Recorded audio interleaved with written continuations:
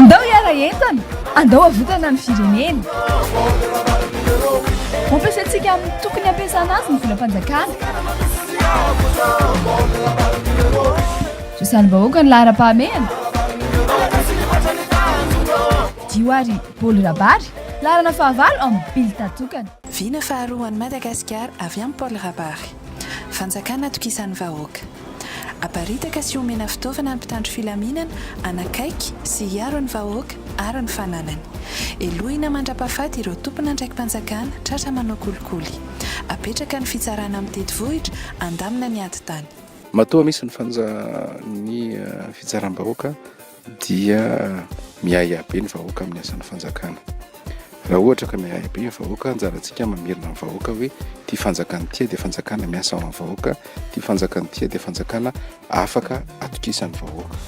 ankehitriny mantsy lasa zaro hoe fanjakana lavitra ny vahoaka ny fanjakana misy ankehitriny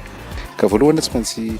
averina ny fandriam-pahalemana eto Madagasikara amin'ny alalan'ny fanaparitahana ireo mpitandro filaminana manerana ny commune amin'ny alalany ihany koa ny fanangonana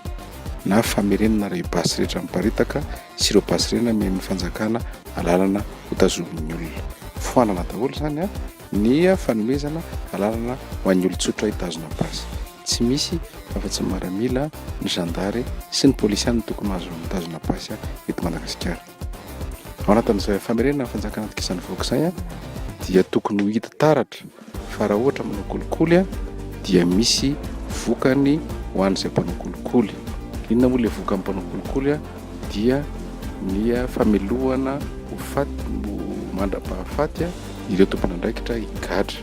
izany hoe gadraina daholo zany ireo manao kolikoly tompona andraiky mpanjakana rehetra fa amin'izao fotoana izao mantsy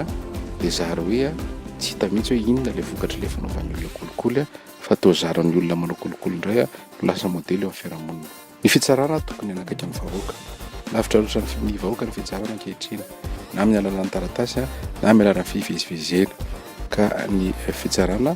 dia asaintsika amin'ny tetivohitra andamina ny ady-tany manerana ny nosy dia fiditra anatin'izay ny famerenan'ny fanjakana ny tany ho an'ny vahoaka malagasy fanjakana mitsitsy mitsinjo ny vahoaka